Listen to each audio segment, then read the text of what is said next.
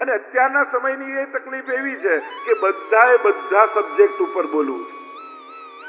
ધર્મગુરુઓ medical science પર બોલે અને ડોક્ટરો ધર્મ પર બોલે, પેલો સમાજશાસ્ત્ર પર બોલે. આના બધાને બધા એમ કે કોઈને આવું નથી કેવું કે આ સબ્જેક્ટની અમને ખબર નથી. હો સોરી, હું કઈ નહીં કહીશ. સમજદારની આ જ ભાષા હોય. અને બોલવાના પ્લેટફોર્મ પણ એટલા બધા મળી ગયા છે કે જેને જ્યાં જે લખવું હોય જે બોલવું હોય બોલી શકે. જે સબ્જેક્ટનું જ્ઞાન નથી એમાં કોમેન્ટ કરવાનું ટાળો.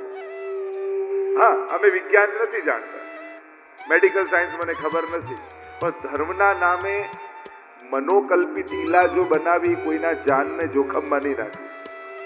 અને અત્યારે એ પણ બહુ ચાલે, ધર્મના નામે ને આયુર્વેદના નામે. ના, હવે ખબર નથી તો કહી દો કે આની મને ખબર, ડોક્ટરને પૂછો. એમ ધર્મનું કોઈ પૂછવા આવ્યો ને એ કોઈ તમે સાયન્ટિસ્ટને પૂછો, ટીચરને પૂછો, ડોક્ટરને પૂછો, કોઈ વિદ્વાનને પૂછો. શાસ્ત્રો મેં વાંચ્યા નથી, મને ખબર નથી. જેને શાસ્ત્રો અધ્યયન કર્યા હોય એને પૂછો. આમ પાસ ઓન કરતા આપણને, કારણ કે એમાં તો ઈગો ગવાય ને, અમને ના આવડે એવું કંઈક થાય. બધાને બધામાં વિશેષજ્ઞ થવું છે. એટલે કહેવાનો મારો અર્થ, જે આધ્યાત્મિક ગ્રંથો છે એને આધ્યાત્મિક દ્રષ્ટિએ જ જોવા જોઈએ. એને પછી કોઈ લૌકિક દ્રષ્ટિએના અર્થઘટનો ન થવા જોઈએ. નહીં તો તમે ગ્રંથને અન્યાય કરશો. એને ન્યાય ત્યારે જ મળશે જ્યારે ભક્ત બનીને જોશો. આ ભગવદીઓની કથા છે, આ ભગવાને ગાયેલી કથા છે. આ સમાધિ ભાષામાં દર્શન કરીને ગાયેલી આ કથા છે. એટલા માટે લૌકિક બુદ્ધિએ ન એના અર્થઘટન કરવા ન એના માટે કોઈ કોમેન્ટ કરવી. અરે રામે આમ કેમ કર્યું સીતાજી સાથે, સીતાજીને પૂછો એમને કઈ વાંધો છે કે ના, મને તો જન્મો જન્મ રામ જ જોઈએ છે. પણ જેને આંદોલનો જ કરવા છે બધાને વાંધા છે. તો આ કોઈ વ્યવહારિક કથાઓ નથી, આ કોઈ લૌકિક કથાઓ નથી, આ પરમ અલૌકિક ગાથા અને કથા. કારણ કે એની આગળ ગવાઈ રહી છે જેનું હવે 3 દિવસમાં મૃત્યુ થવાનું. એની આગળ કોઈ લૌકિક ચર્ચા નથી. એનો તો પ્રશ્ન જ એ હતો કે જેનું મૃત્યુ નિકટ હોય એને શું કરવું, ભગવાન મેળવવા શું કરવું. તો આ જે કોઈ કથા છે એ સંસારમાં તમને અનાસક્તિ પેદા કરશે અને ભગવાનમાં આસક્તિ પેદા કરશે. આનું મૂળ લક્ષ્ય જ એ છે. એટલે ભાગવત જ્યારે પણ સાંભળો એક જ લક્ષ્ય રાખજો, ભગવાનમાં મને પ્રેમ પ્રગટે, મારા ભાવની અભિવૃદ્ધિ થાય. એના માટે હું ભાગવત શ્રવણ કરવા આવ્યો છું. લક્ષ્ય સ્પષ્ટ રાખશો ને તો ગતિ ક્યાંય અન્યથા નહીં થાય. અને જેને લક્ષ્ય સ્પષ્ટ નથી હોતા એનું મન વિચલિત થતું રહે છે. શ્રીમદ ભાગવત એ પ્રશ્નાર્થથી પૂર્ણ વિરામ સુધીની કથા છે. જીવનના અનેક પ્રશ્નો લઈને આપણે ફરીએ છીએ, બસ એ પ્રશ્નાર્થમાંથી પૂર્ણ વિરામમાં જાય. એટલે ભાગવતના અંતમાં શું કહીએ છીએ? પૂર્ણાહુતિ અને પૂર્ણતા છે. ગઈકાલે જે આપણે તૃતીય સ્કંદમાં પ્રવેશ કર્યો હતો, ઉદ્ધવજી સાથે વિદુરજીનો મેળાપ થયો. મૈત્રેય મુનિ પાસે મોકલ્યા છે અને મૈત્રેય મુનિને મળવા માટે વિદુરજી આવ્યા છે. જ્યાં વિદુરજીને જોયા મૈત્રેય મુનિ જાણી ગયા, આવો યમરાજ, આવો ધર્મરાજ, ઓળખી ગયા. આ વિદુરજી કોઈ સાધારણ નથી, સાક્ષાત યમરાજનો જ અવતાર છે. માંડવ્ય મુનિના શ્રાપને કારણે દાસીપુત્ર રૂપે એમનો જન્મ થયો છે. ચોંક્યા વિદુરજી. સુંદર પ્રશ્નોત્તરી થઈ છે. મહાપુરુષો મળે ત્યારે કેવા સંવાદ થાય. શ્રીમદ ભાગવત એક ઉત્તમ સંવાદ છે અને સંવાદના બધા જ પાસાઓ ભાગવતમાં છે. આદેશ, ઉપદેશ, સંદેશ, સલાહ, સૂચન, સંકેત.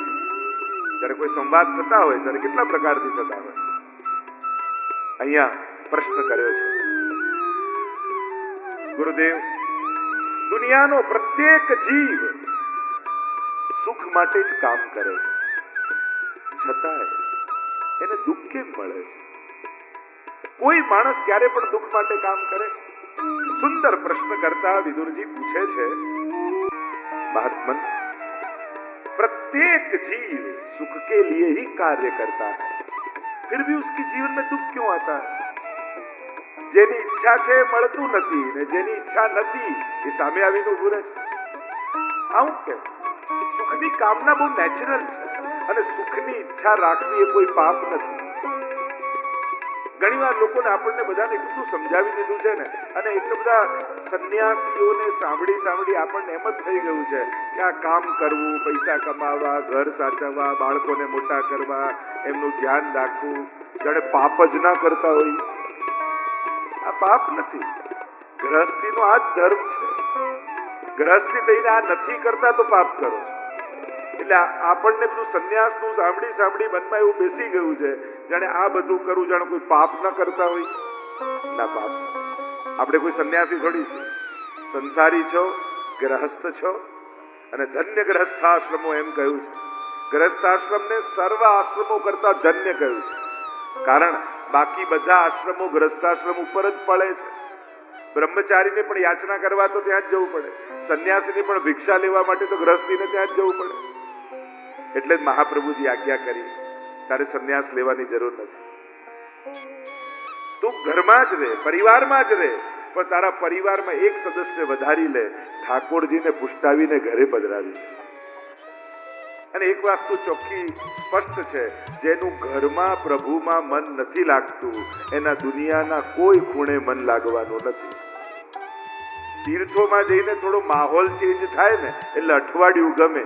10મા દિવસે તો ત્યાં એમ થાય કે અહીંયા આમ છે ને અહીંયા પેલું છે ને અહીંયા એવું છે, ત્યાંય આપણે બધું ગોતી લઈએ.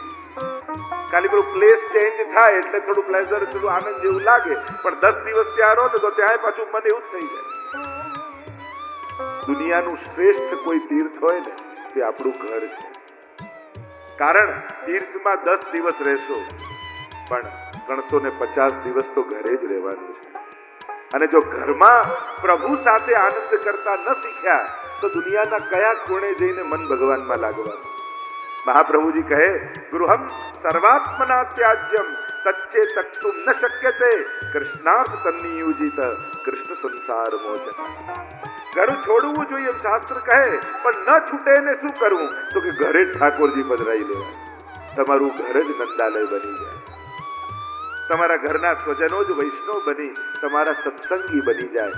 સૌથી સહેલો ઉપાય એ જ છે. બાકી બધા ઉપાયો બહુ અઘરા છે. કારણ કે સર્વ માર્ગેષુ નષ્ટેષુ કલૌ ચ ખલ ધર્મિણી. કલયુગ ચાલી રહ્યો છે. જ્યાં લલચાયા ત્યાં છેતરાયા. અને છેતરનારા પણ શ્લોકો બોલતા બોલતા જ આવશે, અપશબ્દો બોલતા બોલતા નહીં આવે. ખલધર્મી છે એટલે ચેતવાનું, સાવધાન રહેવાનું. આપણી શ્રદ્ધા વિખરાઈ ન જાય એની સાવધાની આપણે જ રાખવાની. અહીંયા મહાપ્રભુજી આજ્ઞા કરે છે, ઘરમાં રહી ભગવત સેવા પધરાવી અને આપણા ઘરને નંદાલય બનાવી યશોદાજી અને બ્રજ ભક્તોના આનંદને અનુભવ કરવા. સુખ માટેની કામના બહુ સહજ છે, સ્વાભાવિક છે. તમે નાના હો ત્યારે તમને શીખવાડજો, બેટા આમ બેસવાનું, આમ બોલવાનું, આમ ખાવાનું. કોઈને શીખવાડવામાં આવે છે બેટા સુખ ઈચ્છવાનું, દુઃખ નહીં ઈચ્છવાનું. કોઈને પ્રેક્ટિસ કરાવવી પડે છે. કેવી સહજ. જીવનની સાથે સુખની કામના પણ જન્મે છે. અરે 2 મહિનાનું બાળક હોય એને ચાવી આપો તો મોઢામાં નાખે, કારણ કે એને મોઢેથી સુખ ખબર હોય, બીજા ખબર ન હોય, પણ એની ગતિ સુખ તરફ બહુ નેચરલ હોય, સ્વાભાવિક. કેમ? કારણ કે પરમ સુખના આપણે અંશ છીએ, પરમ આનંદના આપણે અંશ છીએ, એ પૂર્ણાનંદના આપણે અંશ છીએ. અને શાસ્ત્ર એમ કહે છે, યો યદંશ સતમ ભજે. જેનો અંશ હોય ને સહજ એ એના અંશીને ભજે. જેમ જમીનમાંથી પથ્થરનો ટુકડો લઈને છોડો તો કેવો જમીન તરફ જાય, કેમ કે જમીનનો ટુકડો છે ને, સહજ એનું આકર્ષણ છે. તમે અગ્નિ લાકડીમાં સળગાવો અને લાકડીને ઊંધી કરો ને તો એ અગ્નિ તો ઉપર તરફ જ જાય, કારણ કે સૂર્ય એનો સોર્સ છે. જ્યાં જેનો સોર્સ હોય ત્યાં એની ગતિ હોય. એમ એ પરમાનંદના અંશ છીએ એટલે સહજ આનંદ પ્રત્યે આપણું આકર્ષણ. આપણને કોઈ વસ્તુ જોડે પ્રેમ નથી, કોઈ વ્યક્તિ જોડે લગાવ નથી, આપણને લગાવ કેવલ સુખ જોડે છે. કારણ કે એ જ ગમતો વ્યક્તિ દુઃખનું કારણ બની જાય, એ જ ગમતી વસ્તુ દુઃખનું કારણ બની જાય તો આપણે એને ફેંકી દઈએ, આપી દઈએ, નાશ કરી દઈએ, સંબંધ તોડી નાખીએ. સુખ નથી મળતું તો માણસ ભાગે છે. એટલે એનો લગાવ વસ્તુ કે વ્યક્તિમાં નથી હોતો, એનાથી મળતા સુખમાં હોય છે. જો ગવર્મેન્ટ એવું એનાઉન્સ કરે કે હવે નોટ નહીં ચાલે, હવે પથરા ચાલશે, તો નોટ ફેંકીને આપણે પથરા ભેગા કરીએ. આપણને થોડી નોટ જોડે લગાવ છે, આપણને તો એનાથી સુખ આવે છે એટલે લગાવ છે. એટલે એક વસ્તુ સ્પષ્ટ સમજી લેજો, આપણને કોઈ વસ્તુ, વ્યક્તિ, વ્યવસ્થા જોડે લગાવ નથી, એનાથી મળતા આનંદ જોડે લગાવ છે. આપણી જાતને પૂર્ણ બનાવવાનો પ્રયાસ કરીએ અને આ બહુ નેચરલ પ્રોસેસ. પ્રશ્ન કર્યો છે તો સુખની કામના વાળો જીવ દુઃખ કેમ પામે છે? કહ્યું, જ્યાં સુખ છે ત્યાં નથી ગોતતો, એટલા માટે દુઃખી છે. સંસાર તો દુઃખમાલય જ છે અને દુઃખમાલય એવા સંસારમાં જો સુખની કામના રાખશો તે કલ્પના સિવાય બીજું કાંઈ નથી. સુખનું મૂળ પરમાત્મા છે. એટલા માટે અને માણસની પણ તકલીફ એવી છે ને, એની પણ આદત સુખ આવી પણ જાય ને તો વિચારે શું ભેગું કરી રાખો, દુઃખ આવશે ને ત્યારે કામ લાગશે. એટલે રાહ તો દુઃખની જ જોતો હોય. મળેલા સુખને ભોગવે નહીં, પ્રતીક્ષા તો દુઃખની જ કરે. શોધે છે સુખ, મેળવે છે દુઃખ. અને ગઈકાલે જે ચર્ચા થતી હતી, કોઈ પણ સુખ દુઃખનું કારણ નહીં બને, કોઈ પણ સુખ દુઃખનો અંત નહીં લાવી શકે. સાચા દુઃખનો અનુભવ જ દુઃખનો અંત લાવશે. અને સાચું દુઃખ એ પરમાત્માથી વિખૂટા પડ્યાનું છે. એ ભગવાનની પ્રાપ્તિ ક્યારે થાય, એ જે આત્માનો તાપ છે એની જ્યારે જાગૃતિ થશે ત્યારે જ દુઃખનો આત્યંતિક નાશ થશે. કારણ કે દુઃખ બીજું કાંઈ અલગ વસ્તુ નથી, સુખની જ બીજી બાજુ છે.